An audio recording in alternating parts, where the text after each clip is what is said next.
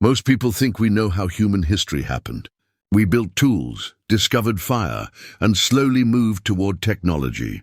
But what if that's not the full story? All around the world, we keep finding things that don't make sense. Giant stone structures, lost cities, ancient machines, and technology that's far too advanced for its time. These things should not exist, and yet they do. Today, we're going to show you 12 archaeological discoveries that break the rules of history. Things that make us ask, did we forget a whole chapter of our past? Or worse, were we never told the truth at all? Let's dive into the 12 most unexplained archaeological mysteries that shouldn't exist. The Great Pyramid of Giza, a machine, not a tomb. It stands under the scorching Egyptian sun like a defiant riddle in stone. The Great Pyramid of Giza, also known as the Pyramid of Khufu, is officially dated to around 2560 BCE, over 4,500 years ago. According to mainstream history, it was built as a tomb for Pharaoh Khufu, the second ruler of Egypt's fourth dynasty. But from the moment it was first studied, this structure has raised more questions than answers. Because what we see at Giza doesn't look like a royal tomb. It looks like the work of a civilization that knew something we don't. At 146.6 meters, 481 feet, high when it was first completed, it remained the tallest man-made structure in the world for over 3,800 years. Think about that. Until the Lincoln Cathedral was completed in England in 1311 CE, nothing humanity built came close to the size of the Great Pyramid. But even more astonishing than its height is its construction. The pyramid consists of more than 2.3 million limestone and granite blocks, some weighing as much as 80 tons. There is no mortar between the stones, just pure precision. And in many places, the blocks are fit together so tightly that not even a razor blade can slide between them. Here's where the mystery begins. There are no surviving plans, blueprints or writings from the time of construction. The ancient Egyptians left detailed records of their lives, from crop harvests to religious texts. But somehow, the building of the greatest architectural project in their history was never mentioned. Not a single blueprint, not a single written explanation of how they moved 80-ton granite blocks from Aswan, nearly 500 miles away. Historians argue that tens of thousands of workers, not slaves, but skilled laborers, built the pyramid using copper tools, sledges, and ropes. But here's the problem. Copper is softer than the granite used in the inner chambers of the pyramid. So how did they carve and shape the granite blocks with such surgical precision? Even modern tools would struggle with some of the cuts we see inside the king's chamber. Deep, straight cuts in granite that suggest the use of a machine, or something else we don't understand. Even more bizarre is the level of mathematical and astronomical precision encoded into the pyramid's design. Each side of the pyramid's base is almost exactly 230.34 meters, 755.9 feet in length. All four sides align with the four cardinal directions, north, south, east, and west, with an error of less than 1/15th of a degree. The pyramid is almost perfectly aligned to true north, more accurately than any modern building until GPS came along. Now think about this. The Earth shifts on its axis slightly over time, something called axial precession. Yet the Great Pyramid was built with such accuracy that it would have required knowledge of this movement, knowledge we didn't officially discover until thousands of years later. Some researchers believe the ancient builders used the stars, specifically Orion's belt, as a guide. The shafts within the pyramid point directly to important stars, including Sirius and Alpha Draconis, which was the pole star around the time of construction. This means whoever built it understood not only Earth's geography, but also the movement of stars. But why would a tomb need to align with the stars? Here's where it gets stranger. The interior of the Great Pyramid features a complex system of narrow shafts, chambers, and corridors. The so-called King's Chamber sits near the center of the structure and is made from enormous blocks of red granite. Above it is a series of 5 relieving chambers designed, supposedly, to protect the chamber below from collapse. But some engineers argue these aren't relieving chambers at all. They're something else, possibly designed to focus or distribute energy. In 2017, a team of scientists from France and Japan used muon tomography, a form of particle scanning, to look inside the pyramid without digging. What they found stunned the world. A massive hidden void at least 30 meters, 100 feet long, located above the Grand Gallery. No one knows what's inside. No passages connect to it. It doesn't appear in any historical record. Why would the builders go to such effort to hide a room? And what is it for? Some believe the entire structure is not a tomb at all, but a machine, possibly for generating or transmitting energy. This idea, though controversial, has deep roots. The internal layout, including the descending passages, Queen's Chamber, and the mysterious subterranean chamber cut directly into bedrock, resemble components of a large-scale energy system. The Queen's Chamber even has mysterious copper fittings embedded in its walls. No one knows what they were used for. Could they have been part of a lost electrical or resonance-based system? In 1924, author Edward Kunkel proposed the idea that the pyramid was once a hydraulic power plant, using water from the nearby Nile to create pressure inside the subterranean chamber.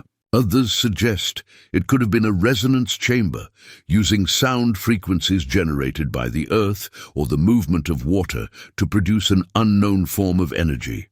Sound crazy? Consider this.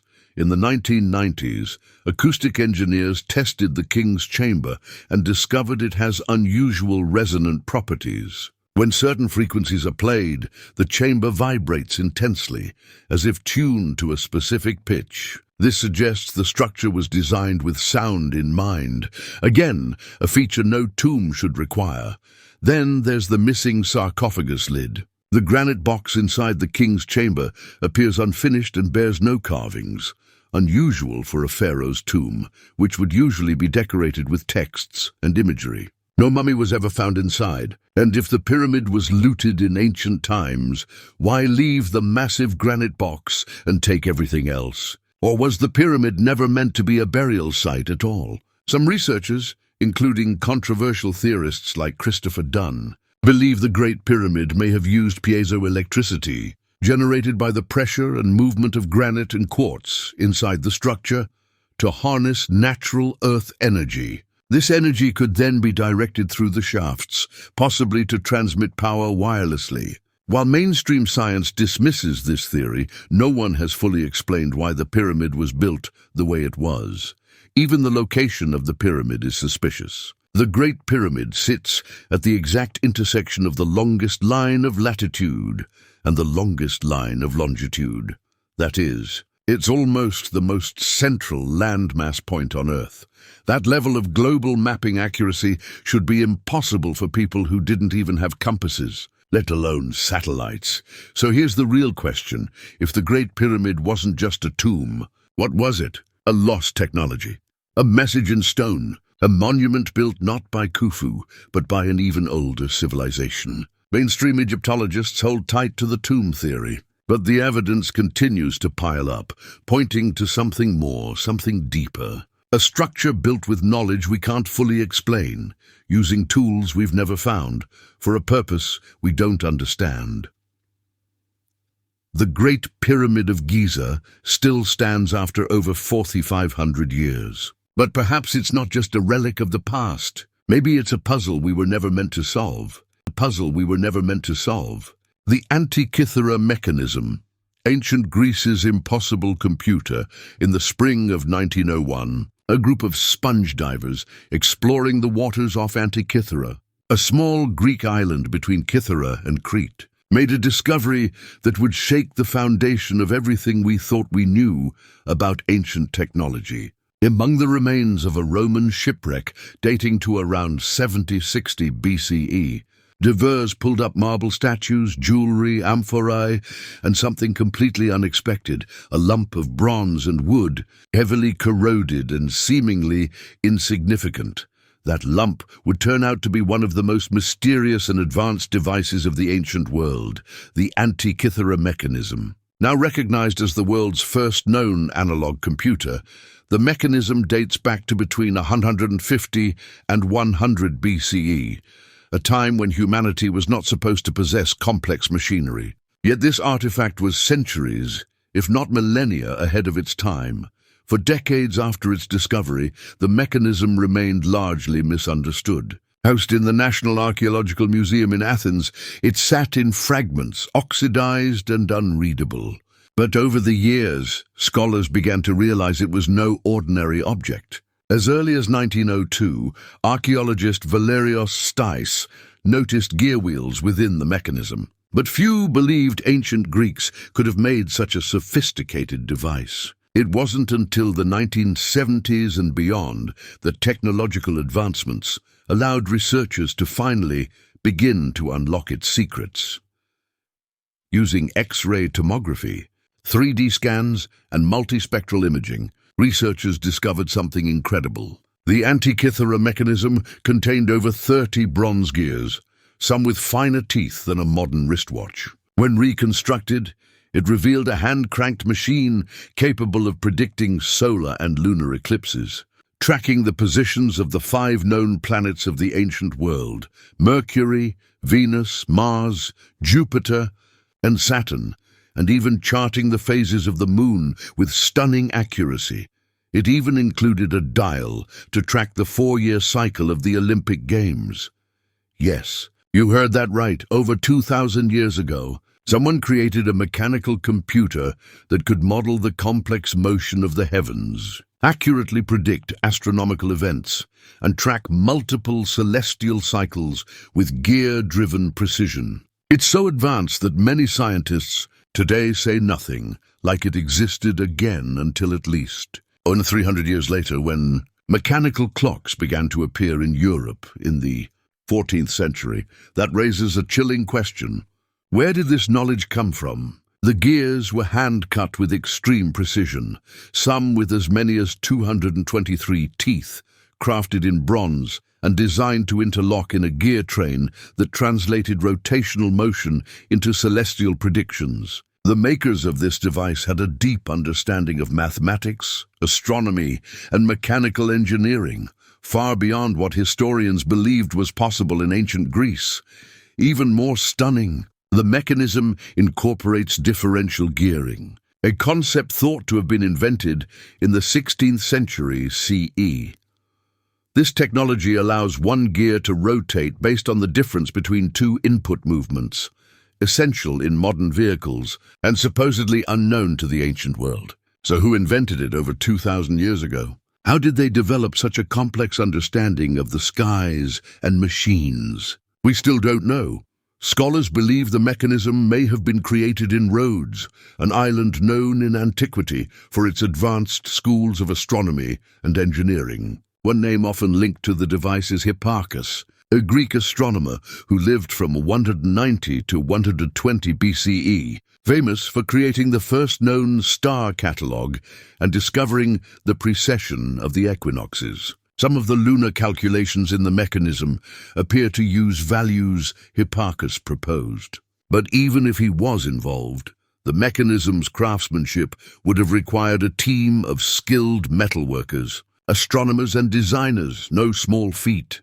Curiously, ancient texts do make references to similar devices. In 44 BCE, Roman philosopher Cicero wrote of a machine built by Archimedes that could show the motions of the sun, moon, and planets. Was the Antikythera mechanism one of these lost inventions? Or was it one of many from a forgotten scientific tradition? Some researchers believe the mechanism may be the last surviving fragment of a larger tradition of ancient analog computing, one that may have been destroyed during the burning of the Library of Alexandria or lost during the many wars that ravaged the Mediterranean world. Others suggest that the device may have been built using knowledge handed down from a much older, forgotten civilization, one with a profound understanding of the cosmos.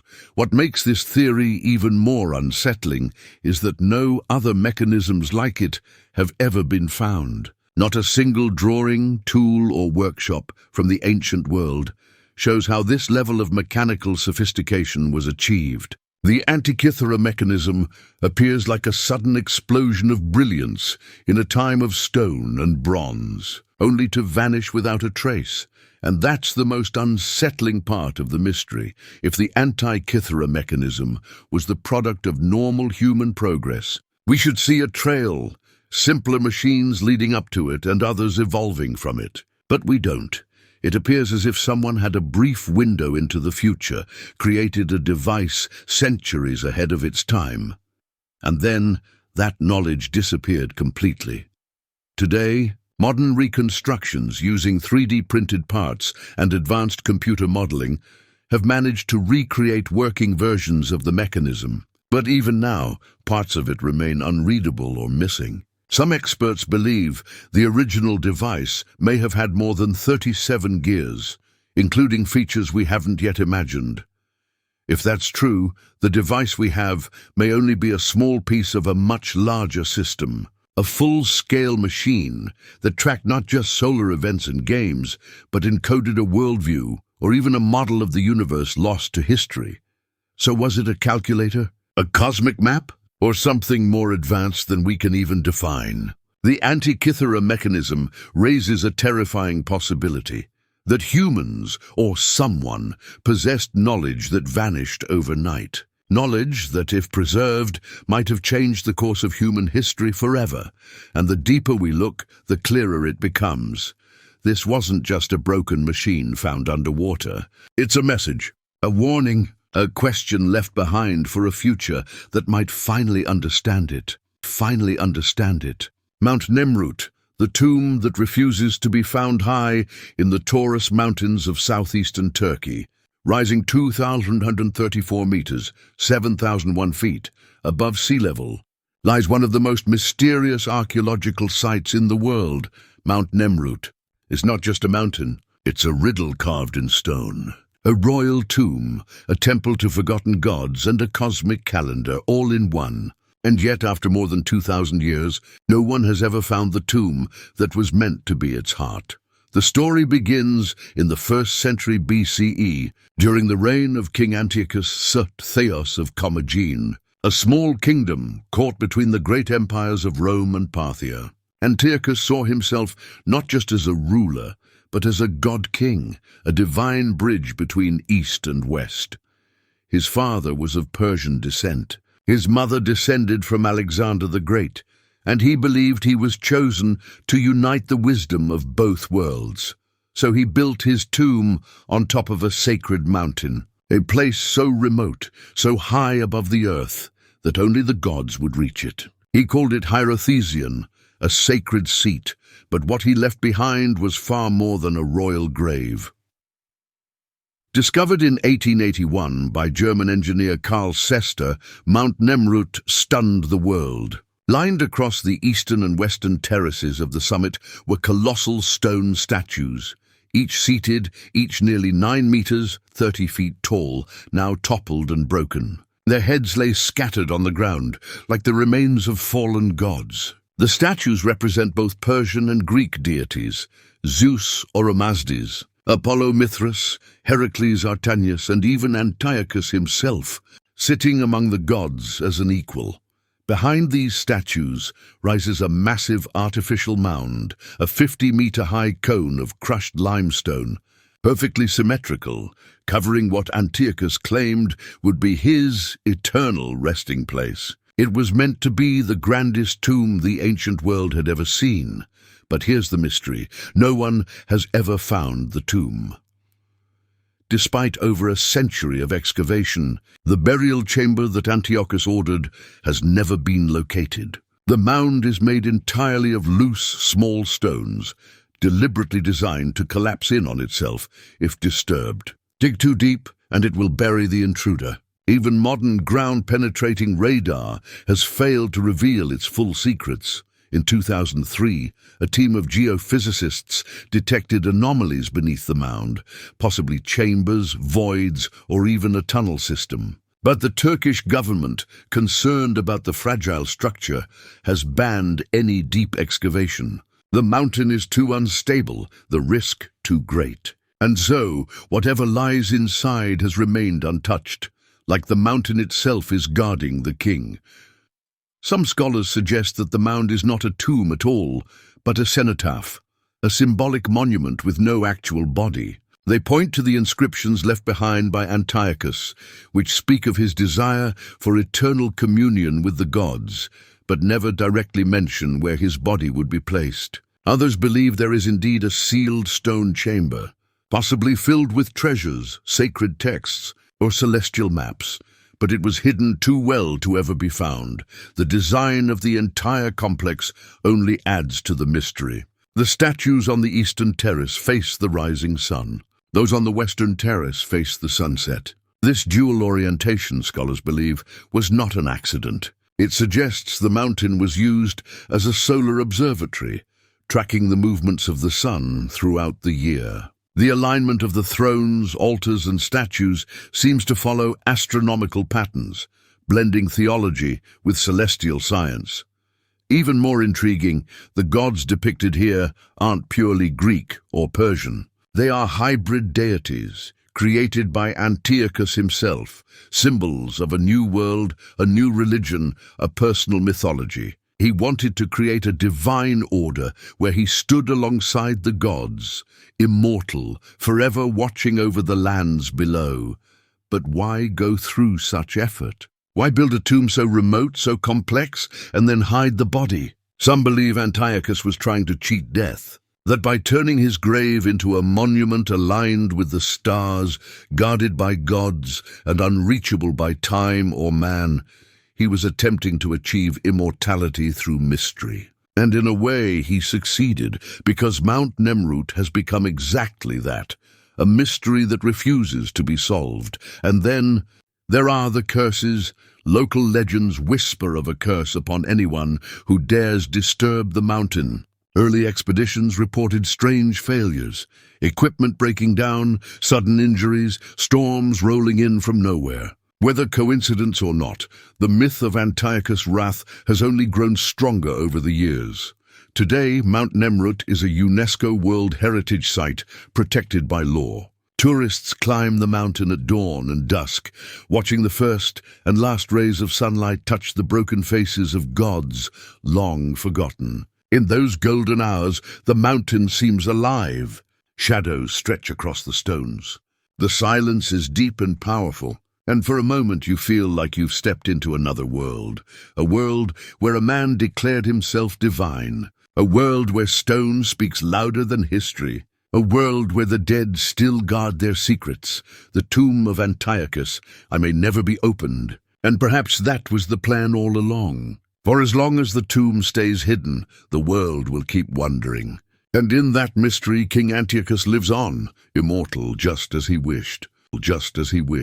The Sun Temple of Abu Ghurab, an ancient solar observatory, just north of the famed pyramids of Abu Sir, tucked quietly away from Egypt's most crowded tourist paths. It's a place few people know exists, yet it may be one of the most extraordinary monuments of the ancient world. This is Abu Ghurab, the site of a lost wonder built not for pharaohs, but for the sun itself, constructed over 4,400 years ago during Egypt's 5th dynasty. Abu Ghurab is home to the Sun Temple of Nusere-Ini, the 6th king of that dynasty. He ruled around 2450 BCE, during a time when Egyptian religion was shifting in a dramatic new direction. Pharaohs were no longer just kings. They were becoming priests of the sun, god Ra, the divine light that ruled the sky and gave life to the earth.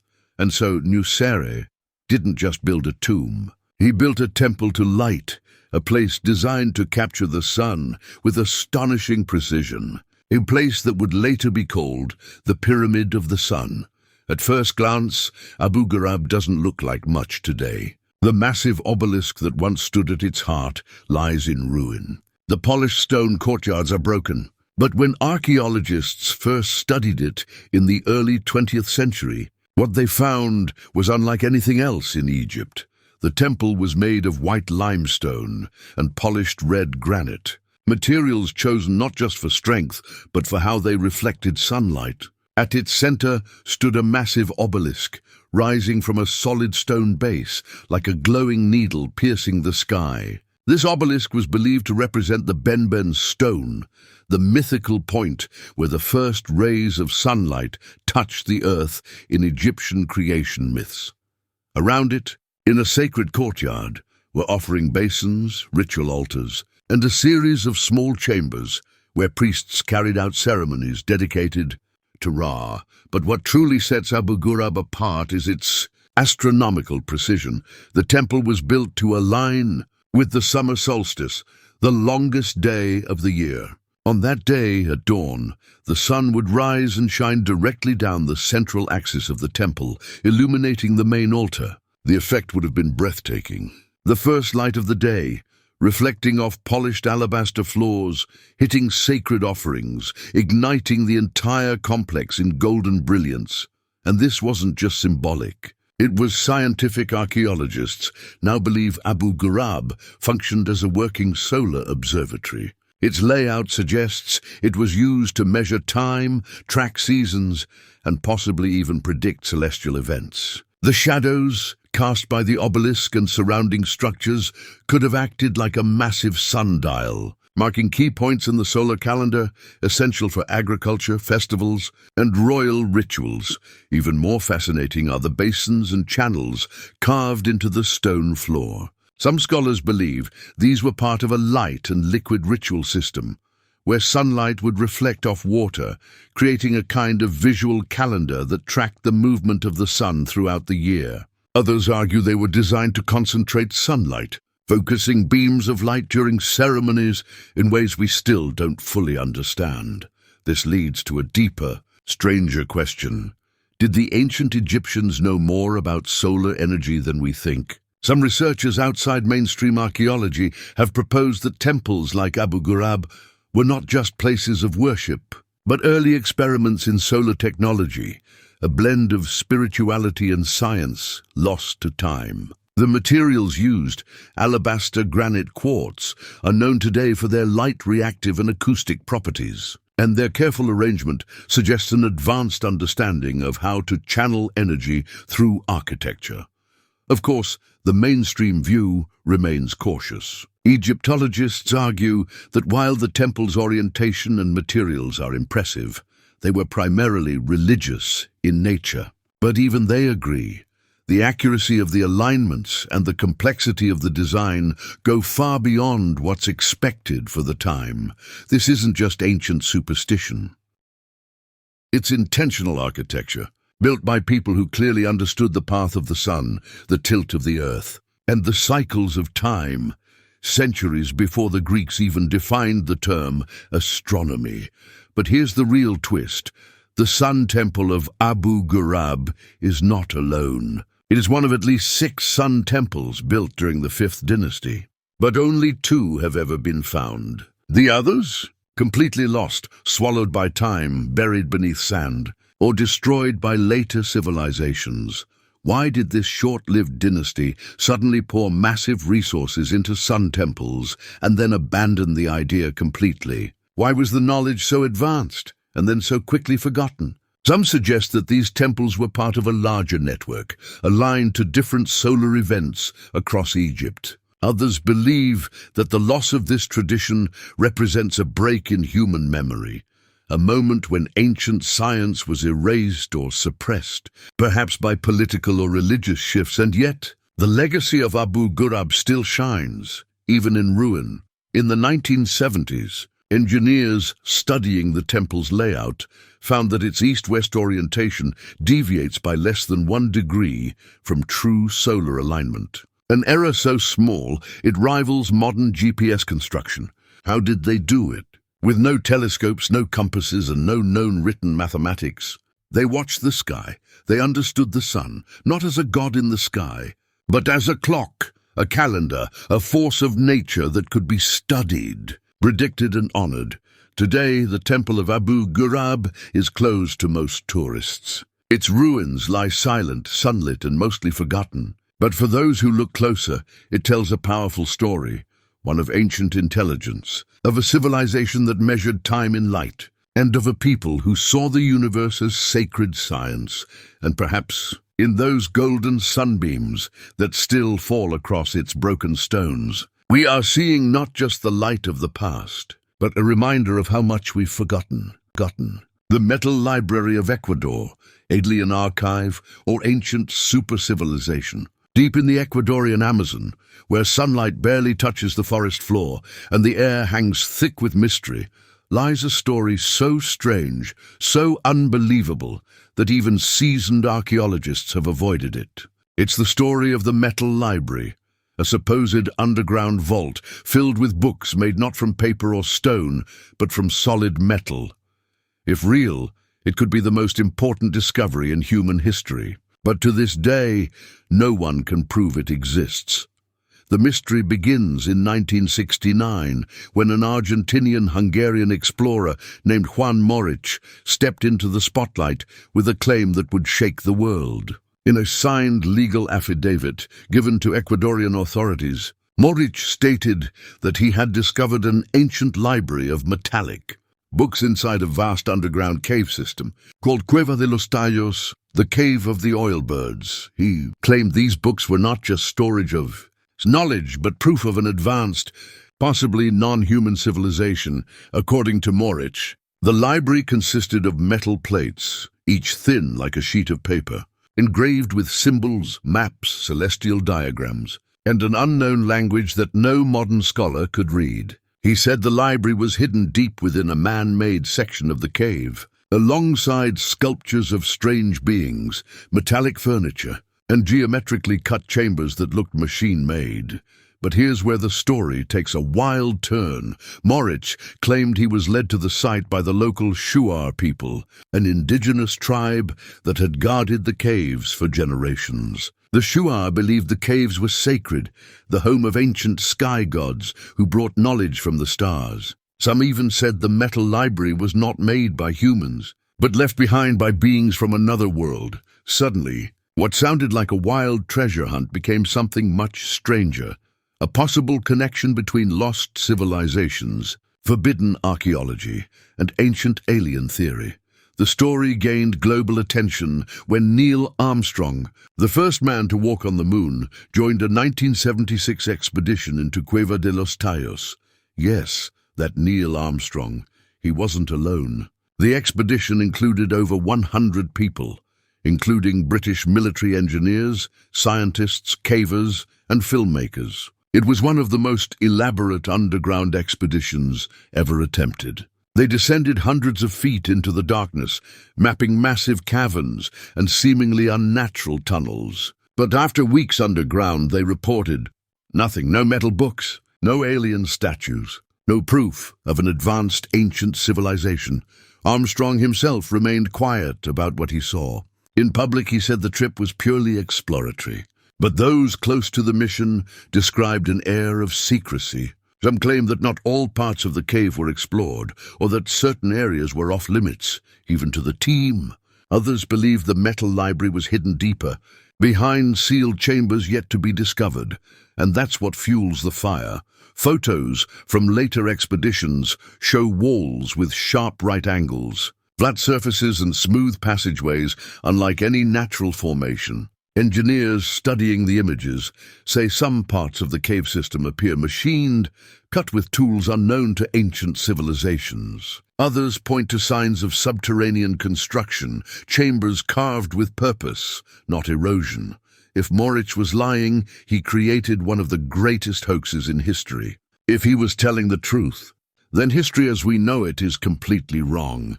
In the years that followed, many researchers and fringe theorists latched onto the story. Erich von Däniken, author of Chariots of the Gods, promoted the idea that the metal library contained alien knowledge, advanced science and cosmology left by beings from another planet. He described Morich's accounts in detail. Plates filled with astronomical maps, diagrams of DNA-like patterns, hybrid creatures, and unknown alphabets. Von Däniken believed the library could be a time capsule left behind for humanity to discover once we were ready. Of course, mainstream archaeology dismissed all of it. No official evidence has ever been brought to the public. No metal plates have been analyzed. The Ecuadorian government has since limited access to the Tayo's cave system, and any new expeditions face intense restrictions. Still, many questions remain. Why would Juan Moritz risk his reputation by filing a legal document confirming the discovery? Why did the Shuar tribes support his claims, even performing rituals to protect the knowledge inside the caves? Why did Neil Armstrong, a man known for logic and reason, spend 2 weeks exploring a jungle cave based on a story that sounds like science fiction? There's one more strange clue. In the 2000s, new scans of the Tayo's cave system using ground-penetrating radar revealed massive underground anomalies. Large voids, hollow chambers, possibly artificial cavities hidden far beneath the main entrance. These areas have never been excavated. Some believe the true metal library is still down there, sealed away, waiting, not just a storage of books, but a vault of ancient knowledge that could explain the sudden rise of civilizations like the Sumerians, the Maya, or even Egypt. Some even speculate that the plates contain records of Earth's forgotten history, a timeline wiped out by a great cataclysm or global reset. And here's the most haunting part. What if the knowledge was hidden on purpose? What if someone or something wanted to preserve it for the future, knowing that modern humans would one day find it and have to decide whether to reveal the truth or bury it all over again? Today, the Metal Library remains one of the greatest archaeological what-ifs in the world. No hard proof, no physical evidence, just testimonies, legends, and a growing body of mysterious clues. But deep in the Amazon, beneath tons of rock and jungle, something is still waiting. Codex Mendoza, the Aztec book. No one fully understands it was created over 480 years ago, not just to record a civilization, but to preserve its memory before it vanished forever. This book is known as the Codex Mendoza, and it's one of the strangest and most misunderstood documents in world history. A masterpiece of both Aztec storytelling and Spanish conquest, the Codex Mendoza isn't just a record of an empire. It's a mystery in ink and image. And the deeper you read it, the more it begins to feel like a hidden rebellion written under the eyes of those who destroyed the world it came from. The Codex was created around 1541. Just 20 years after Hernán Cortés and his conquistadors conquered Tenochtitlan, the heart of the mighty Aztec Empire. The man who commissioned it was Antonio de Mendoza, the first viceroy of New Spain, who ordered the book to be made for King Charles I of Spain. His goal was simple: to explain the empire they had just conquered, its taxes, people, laws, cities, and power. But what Mendoza got was far more than a bureaucratic report. He received a living, breathing book, written by the very people Spain had tried to erase. The Codex was created by indigenous Aztec scribes, called tlacuilos, elite painters and record keepers trained before the Spanish arrived. Their job was to illustrate the world of the Aztecs through glyphs, color, and symbolic language. They painted the Codex Mendoza with stunning precision, but over their shoulders stood Spanish priests, who added written explanations in Spanish, translations, interpretations, and likely censorship. The result is a book with two voices, one indigenous, speaking in images, metaphors, and sacred symbols, one colonial, explaining the empire in cold administrative language, and between them lies the mystery. What were the Aztec scribes really saying? The Codex Mendoza is divided into 3 sections. The first tells the story of the Aztec Empire's founding, starting with their legendary migration and the moment they saw the eagle on a cactus, a divine sign that led them to build Tenochtitlan, now Mexico City.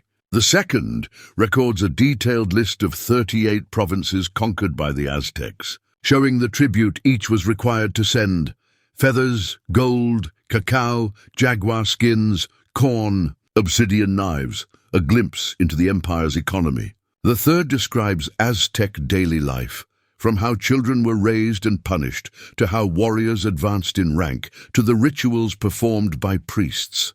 But here's the strange part. Many of the provinces listed can't be found on any map. Some tribute goods are unknown, the glyphs untranslatable. the rituals almost impossible to decode. And some researchers believe this was done on purpose.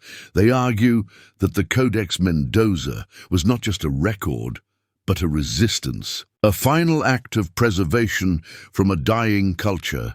Look closer, and the images begin to speak louder than the Spanish words written beside them. A flower may seem innocent, but in Aztec glyphs it could mean death, sacrifice, or even eternal life. A spear could symbolize not just conquest, but divine justice. In some scenes, conquered cities are shown weeping, with symbols of fire and stars above them, possibly references to celestial events or cosmic warnings. Some scholars even believe the Codex contains prophecies about the fall of the empire itself, but no one knows for sure, because the language of the Aztec scribes was part visual art, part sacred code. And many of the scribes' real names were erased from history. Not a single Tlaquilo who painted the Codex Mendoza is known by name.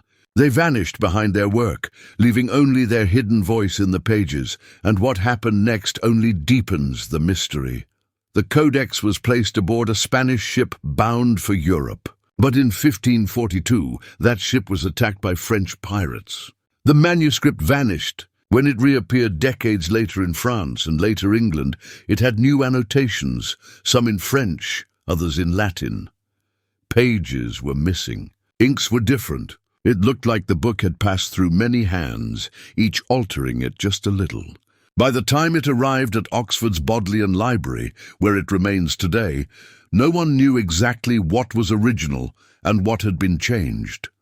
Was the Codex Mendoza altered to hide something? Were parts of it removed or even forged? Some theorists believe the original codex may have been based on older Aztec state records, now lost, records that the scribes used as a blueprint. If that's true, then the codex we have today is only a shadow of something far more powerful. Modern technology has started to peel back the layers.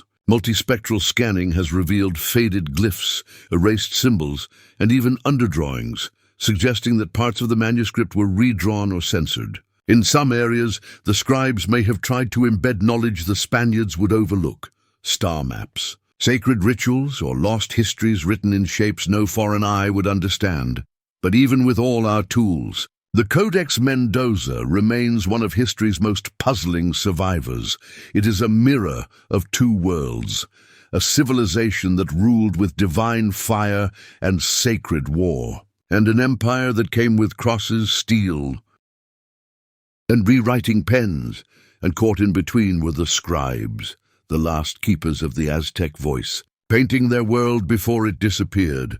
They couldn't stop the fall of Tenochtitlan. They couldn't fight off the disease, the war, the colonization, but they could hide their truth in a book and send it across the sea, hoping that one day someone would listen. Today we still turn its pages, but do we really understand what it's trying to say? Stone clamps of the ancients, evidence of lost global engineering, scattered across ancient ruins on nearly every continent. There is a quiet but disturbing clue, overlooked for decades by mainstream archaeology, yet possibly pointing to something huge. They're not giant statues or buried treasure. They're small, often ignored and easy to miss. But once you start noticing them, they appear everywhere.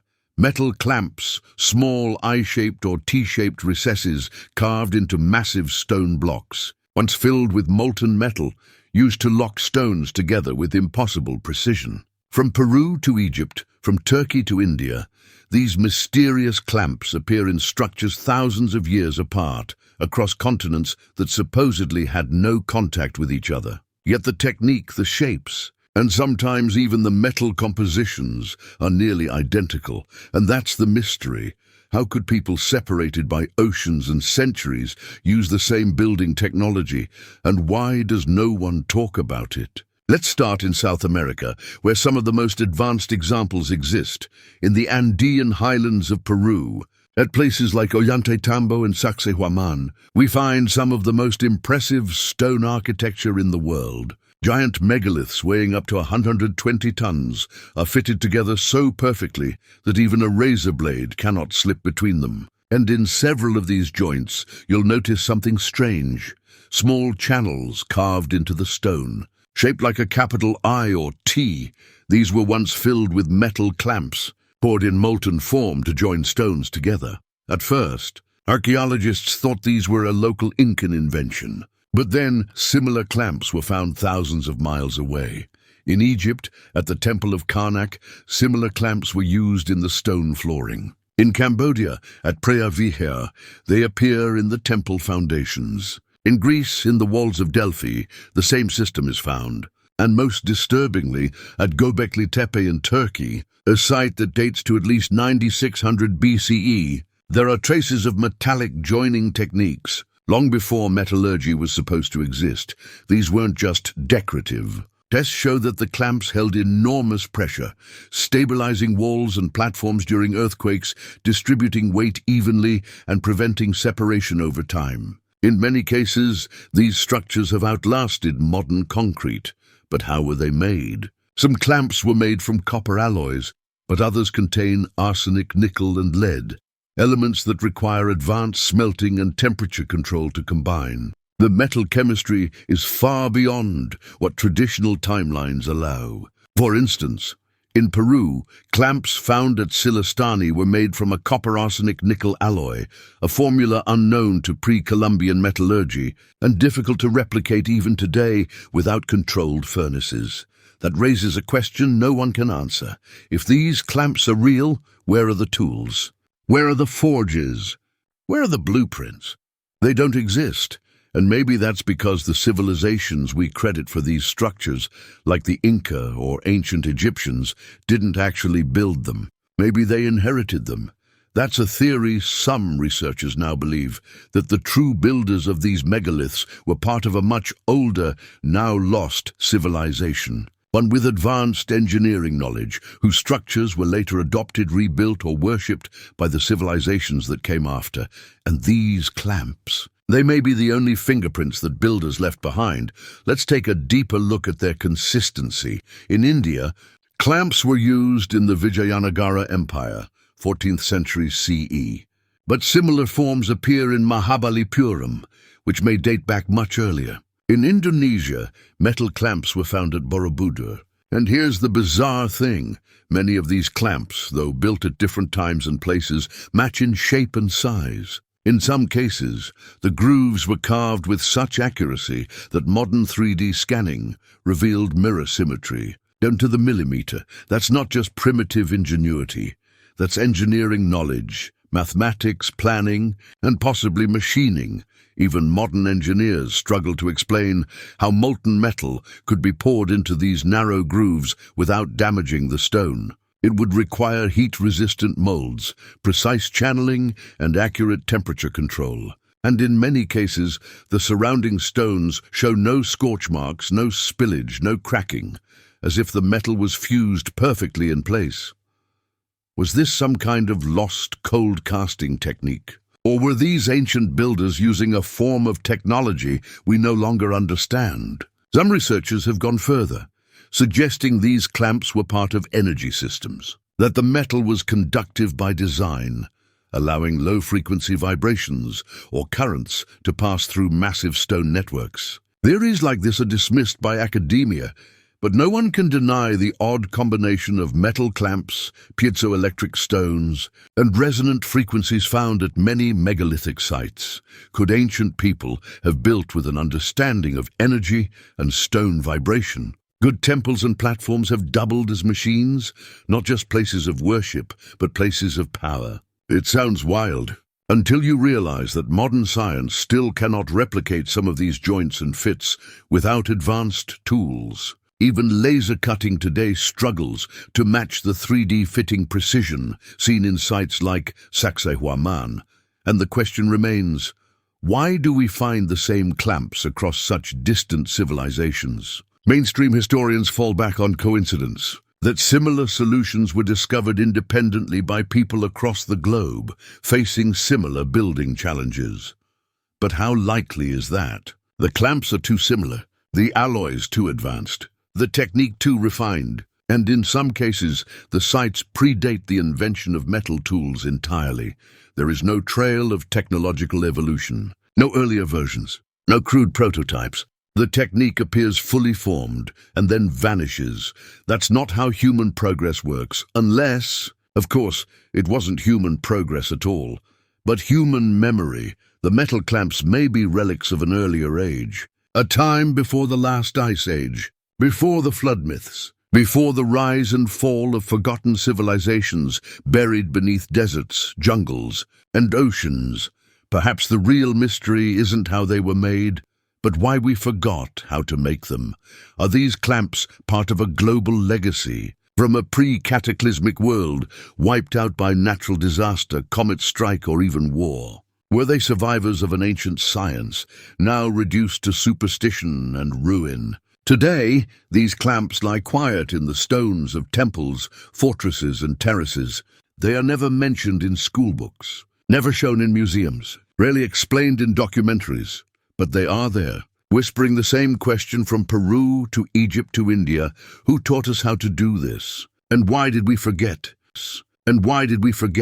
The stone circles of Senegambia, West Africa's forgotten sky watchers between the dusty savannas of Senegal and the Gambia. Across hundreds of kilometers of red, laterite soil, rises one of the greatest megalithic mysteries on Earth, yet most people have never even heard of it. These are the stone circles of Senegambia, a vast field of over 1,000 ancient stone rings and more than 28,000 standing monoliths, silently guarding the land for centuries. They are older than many medieval castles. They stretch across borders, cultures, and eras. But here's the strange part. No one knows who built them, why they were made, or how they are so perfectly aligned with the heavens. This isn't just West Africa's version of Stonehenge. It may be something far more complex, ancient, and scientifically advanced. Let's start with what we know. The stone circles are spread across 4 major sites: Sinangayeni, Wana, Wasu, and Kerbach. These sites are located in present-day Senegal and the Gambia, covering an area of over 350 kilometers. Each circle contains anywhere from 8 to 25 stone pillars, some standing over 2.5 meters tall and weighing up to 7 tons. These aren't just random placements. The stones are shaped, carved, and aligned with geometric precision, each circle a careful construction of symmetry and balance. The caps of many stones are perfectly flat. The spacing between pillars is consistent. The orientation of the entrances often aligns to the cardinal directions, and in many cases, to sunrise and sunset points on key dates, especially the solstices, which begs the question, how did people with no metal tools, no written language, and no known measuring devices create such mathematical perfection? Mainstream archaeology dates the circles between 300 BCE and 1600 CE, based on nearby burial remains and carbon dating of charcoal found at some of the sites. But those are just estimates. There's no direct evidence linking the original builders to a known culture. And that's where things get complicated. When European explorers first encountered the stone circles in the 19th century, they believed they had found the remains of a lost civilization, one capable of massive stone engineering, astronomy, and sacred geometry. But the mystery only deepened with excavation. Some circles contain human burials, yes, but only some. And those remains often predate the stones, suggesting the megaliths were added later. Others show no signs of burial at all. No bones, no ash, no artifacts, just standing stones, perfectly arranged, silently watching the sky. Archaeologists originally assumed they were cemeteries. But that theory only explains part of the story. So what were they? Some believe they were ritual sites, used by ancient priests to mark the cycles of the sun and stars. Others suggest they were community centers or even early observatories. Local oral traditions, still passed down today by Mandinka and Sera elders, speak of the stones as eyes of the ancestors, watching the heavens and guarding the souls of the dead. In many of these traditions, the stars are not just lights in the sky, they are spirits, and the sky itself is a village of the ancestors. To build in a circle was to mirror the cosmos, to create harmony between earth and sky. This idea gets more powerful the deeper you look.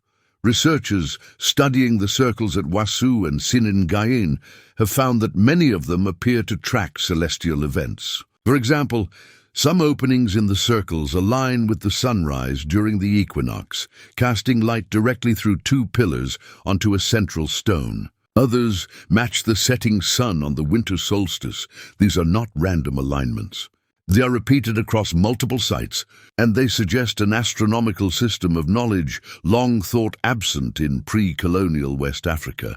But here's what really makes this mystery strange. The technology doesn't match the timeline. To carve and move a 7-ton stone, you need tools. Strong ones. To place those stones in a perfect circle, you need surveying equipment, something that measures angles, distances, and alignment to the horizon. And to orient those stones to the stars, you need time, decades of watching the sky, recording it, understanding it. Yet we're told that the people of ancient Senegambia had no writing, no metal tools, no wheels. So how did they do this? Some believe the answer lies not in what we've discovered, but in what's still hidden. To this day, most of the stone circles remain unexcavated. Beneath the soil, there may be undiscovered chambers, artifacts, or even maps carved in stone. Local communities often refuse to dig, believing that the stones are sacred and that disturbing them will bring misfortune. There are even stories of lights appearing above the stones during full moons. Strange floating orbs, whispers of energy, animals refusing to cross the circles. Superstition? Maybe, but the stories are widespread, and they've lasted for centuries. And then there's the shape itself, the circle. Throughout human history, the circle has always been a symbol of the eternal, the cosmic, the unbroken cycle of life and death. From Stonehenge to the medicine wheels of North America, from the mandalas of India to the zodiac, ancient cultures saw the circle as a mirror of the universe.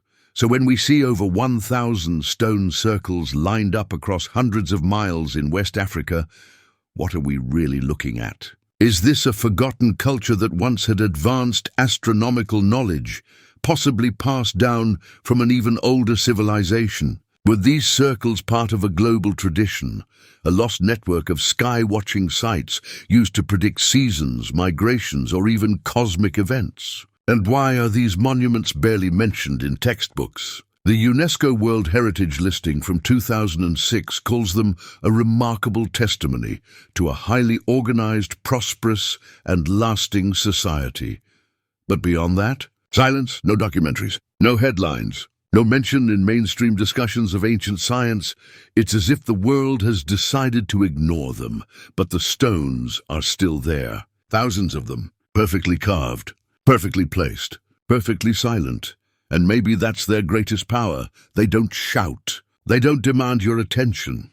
They just stand, watching the horizon, waiting for us to remember what they once knew.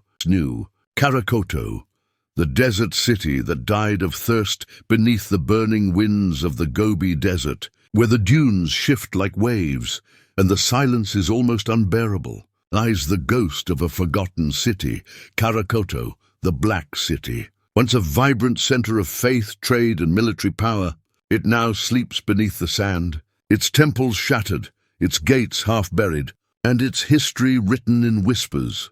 But Karakoto didn't die in battle. It wasn't destroyed by fire or conquered in glory. It died in the slowest, cruelest way imaginable, thirst, founded in the 11th century by the enigmatic Tangut Empire. Karakoto was the crown jewel of the Western Xia dynasty, a civilization that flourished in the shadows of the Silk Road. The city stood at a crossroads of trade, philosophy, and power, welcoming merchants from Persia, China, Tibet, and beyond. It was protected by thick stone walls, equipped with watchtowers, temples, and a library of rare Buddhist texts. But in 1372, nearly 300 years after its golden age began, Karakoto simply vanished. For centuries, its name survived only in legends passed down by Mongolian nomads, legends of a cursed city, swallowed by the desert, where ghosts walk beneath the moonlight and voices chant from crumbling stupas. a place where even the wind avoids the walls. So what really happened? To answer that, we must go back to a time of war, betrayal, and desperation. By the 14th century, the once mighty Tangut people had already fallen. Their dynasty had been crushed by Genghis Khan in the early 1200s, their culture scattered. But Karakoto endured, first under the Mongols and later as a frontier garrison of the Yuan dynasty. It remained a desert outpost, standing stubbornly against time, until the Ming dynasty rose to power in China and saw Karakoto as a threat. According to surviving records and chilling local tales, a Ming army marched into the desert to retake the region and crush the remnants of foreign rule.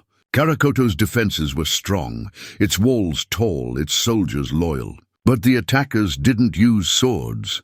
They used the river, the Edzin Gol, a lifeline that fed Karakoto's wells and fields, flowed just outside its walls. The Ming engineers quietly diverted the river, cutting the city off from its only water source. At first, the people may not have realized what was happening. But within weeks the wells dried up, the jars cracked, the gardens withered, animals began to die. And so did the people. Trapped behind their walls, they faced a siege not of arrows, but of time and dehydration. Some stories say the city held out for months. Others suggest it was over in weeks. But all accounts agree on the ending. Death came slowly. The Tangut governor reportedly killed his own family to save them from worse fates. Some say he opened the gates at night and vanished into the desert. Others claim the city was never breached, that its people simply lay down and died, too proud to surrender, when Russian explorer Pyotr Kozlov rediscovered Karakoto in 1908. What he found stunned the world. The city's massive walls were still standing. Some temples were intact, their altars untouched. In the ruins of a buried stupa, Kozlov uncovered thousands of scrolls, written in the long-lost Tangut language, a script so complex that it took decades to even begin deciphering. But he also found bones, human remains piled near dried-out wells, as if the people of Karakoto had crawled toward water in their final moments. Even more unsettling, the city appeared to have been abandoned in a hurry. Some rooms were still arranged. Ritual items remained in place. Buddhist statues sat untouched. There was no sign of pillaging, no burn marks, no battle damage. Just a city frozen in time, as if death had simply swept over it like a sandstorm. And then the legends returned. Nomads warned Kozlov not to stay overnight within the city walls. They spoke of voices in the wind, phantoms in the towers, and visions of monks walking through empty courtyards. They said the city was cursed, punished by the gods for some ancient sin, or still haunted by those who had died too slowly, and perhaps they were right. Over the next few years, several members of Kozlov's expedition reported strange accidents and illnesses. One man fell to his death in the ruins. Another claimed to hear voices calling his name in the night. Equipment broke down unexpectedly. Horses refused to approach the city at dusk, but here's where it gets even stranger. The Tangut language, once thought extinct, suddenly had a voice again. Thanks to the scrolls recovered from Karakoto, researchers began to uncover an entirely forgotten culture, one with a unique blend of Tibetan Buddhism, Taoist symbolism, and Central Asian mythology. The texts spoke of sky gods, rituals of silence, and a prophecy of water's betrayal. One scroll described a day of reversal, when the giver of life would become the taker, and the city would be sealed in thirst. Coincidence? Maybe, but the river that was diverted still hasn't returned to its original course. To this day, Karakoto remains a ruin, quiet, half-buried, and barely studied. The Chinese government has declared the area a protected site, but few tourists visit. The desert is harsh, the roads are rough, and the city itself seems to resist being rediscovered. Windstorms often erase the paths left by archaeologists. Equipment left overnight has gone missing, and some say that when you walk along the old walls, you can still hear something chanting barely audible beneath the wind, in a language that hasn't been spoken for 700 years. So what really happened to Karakoto? Was it a city doomed by military strategy? A victim of ecological collapse? Or something more metaphysical? Something tied to the strange warnings found in its ancient texts? We may never know, but one thing is certain. Karakoto was more than just a city. It was a bridge between empires, between faiths, between life and death. And now it stands as a graveyard of memory.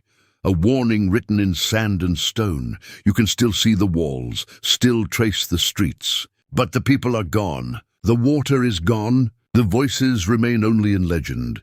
And maybe that's the final lesson of Karakoto. That no civilization is too strong to fall. That a single river, a lifeline, can turn into a weapon. And that sometimes history doesn't end with war or fire, but with silence. The Baghdad Battery was ancient Iraq generating electricity. In the early 1930s, a strange artifact was uncovered from the dusty ruins of ancient Mesopotamia near modern-day Baghdad, Iraq. It was small, unassuming, a clay jar just under 6 inches tall. At first glance, it looked like a simple piece of pottery. But inside was a copper cylinder, and inside that an iron rod. The top showed signs of asphalt or bitumen sealing.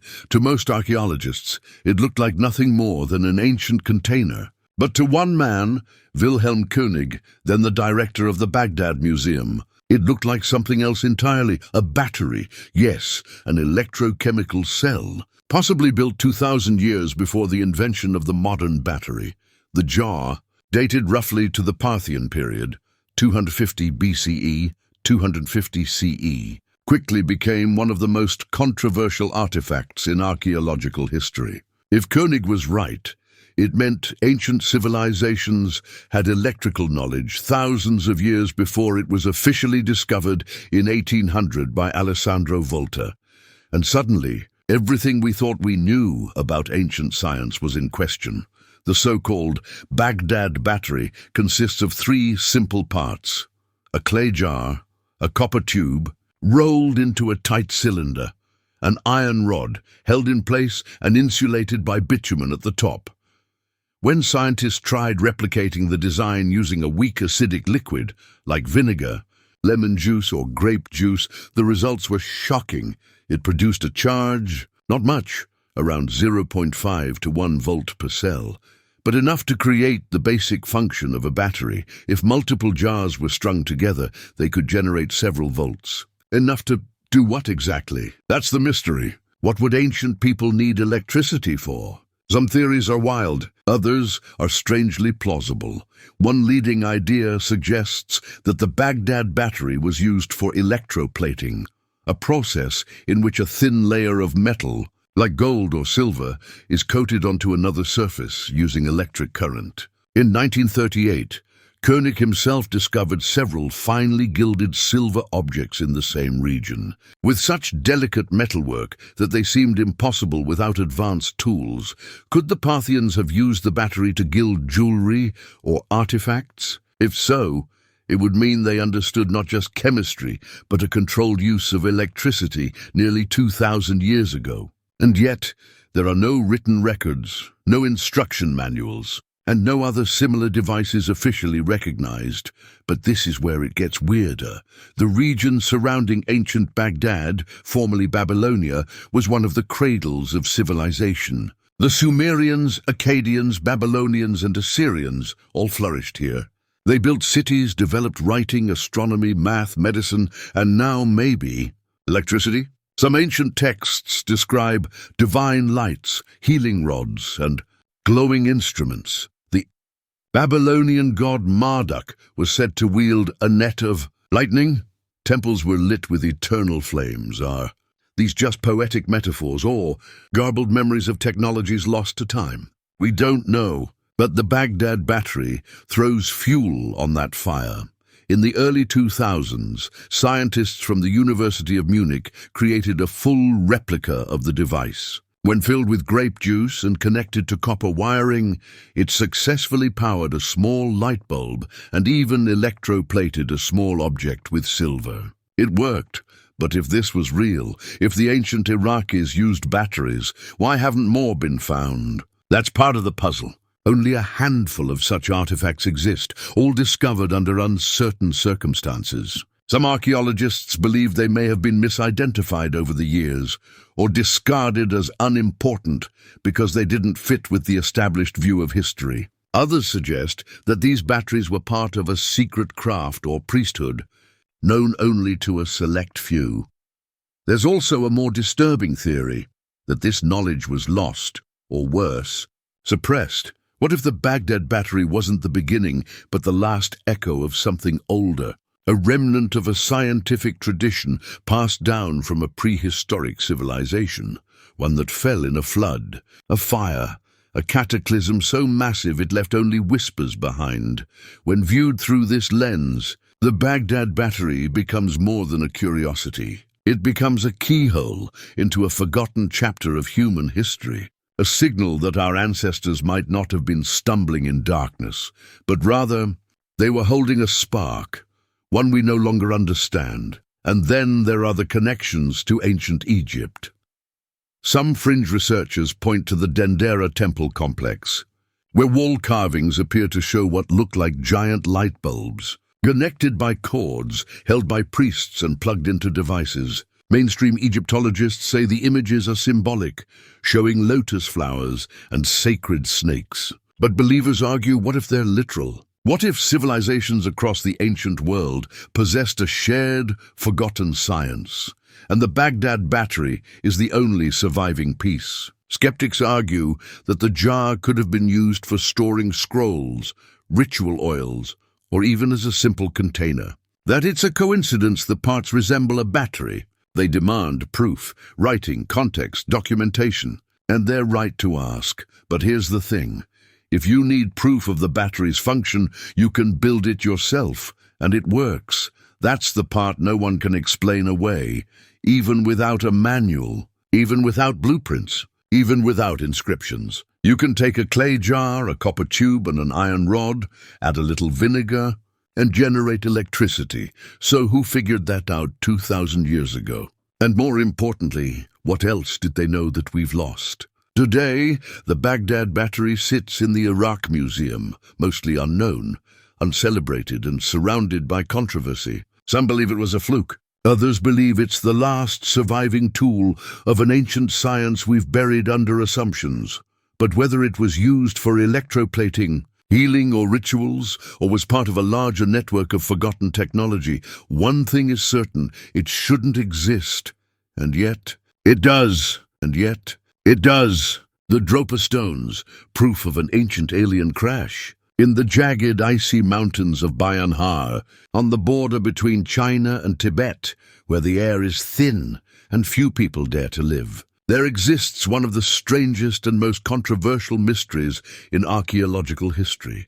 It begins not with a ruin, not with a pyramid, but with a disc. A stone disc, smooth, circular, and carved with spiral grooves like the grooves on a vinyl record. And not just one disc, but hundreds, known as the Dropa stones, sometimes spelled Jopa. These artifacts were allegedly discovered in 1938 by a Chinese archaeologist named Chi Pu Te while leading a scientific expedition into the Bayan Kara-Ula Mountains. What he found, buried in a series of caves, changed everything.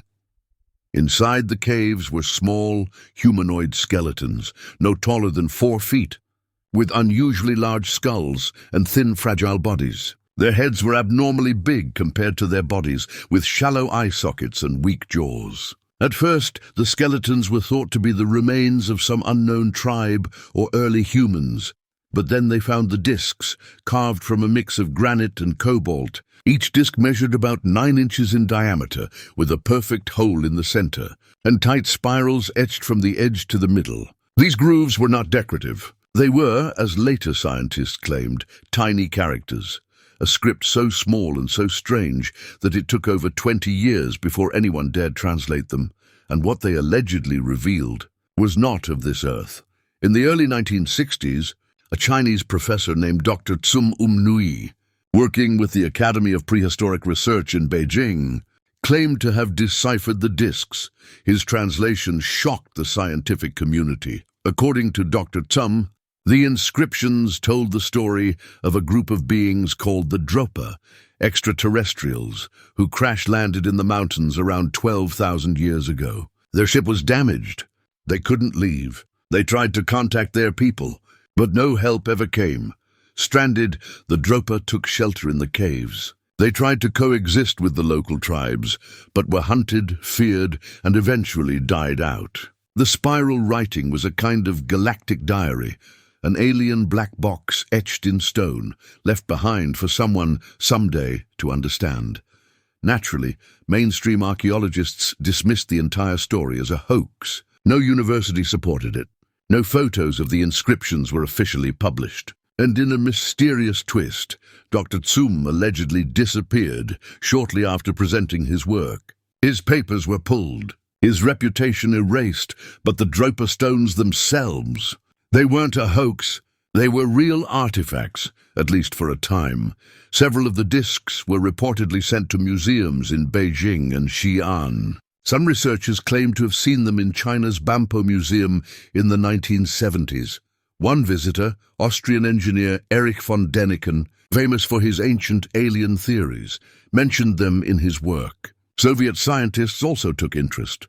In fact, a 1974 Soviet scientific paper described electrical tests on the stones. According to the report, the discs had unusual electromagnetic properties and emitted a faint vibration when exposed to specific frequencies, suggesting they could have once been part of a communication system or even a data storage device. But then the Dropa stones vanished. Over time, the stones were removed from museums. No official catalogue of their discovery exists. Most references to them come from independent researchers, alternative history authors, and scattered interviews, many of which have been scrubbed from public records.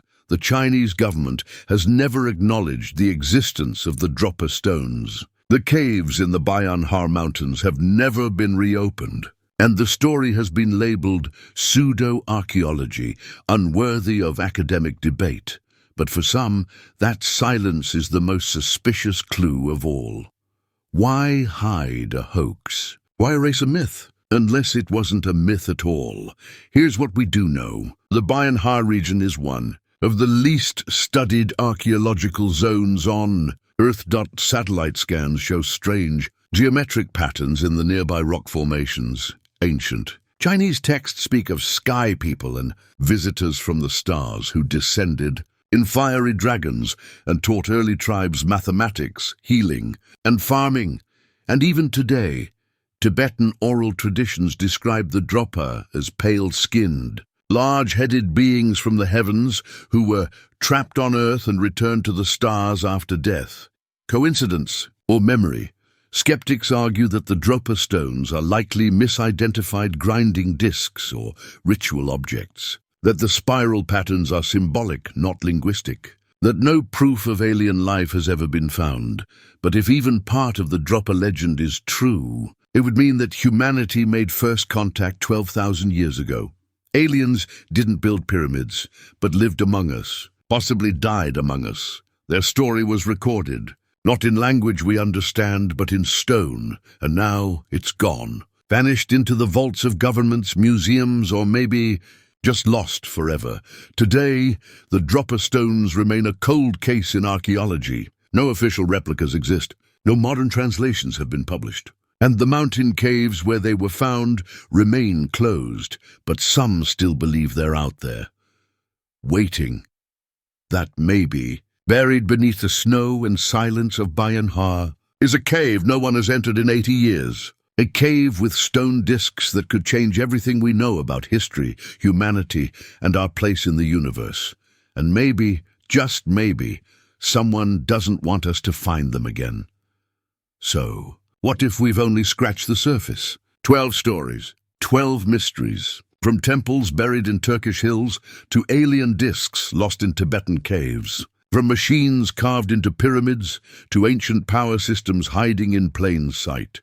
Every one of these discoveries leaves us with the same unsettling feeling. Something is missing from our history.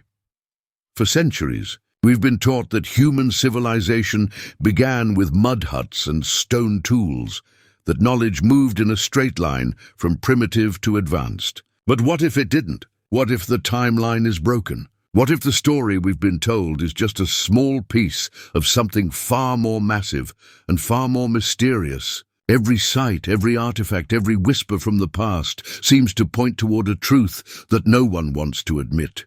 We're not the first advanced civilization. We're just the first with iPhones. Think about it.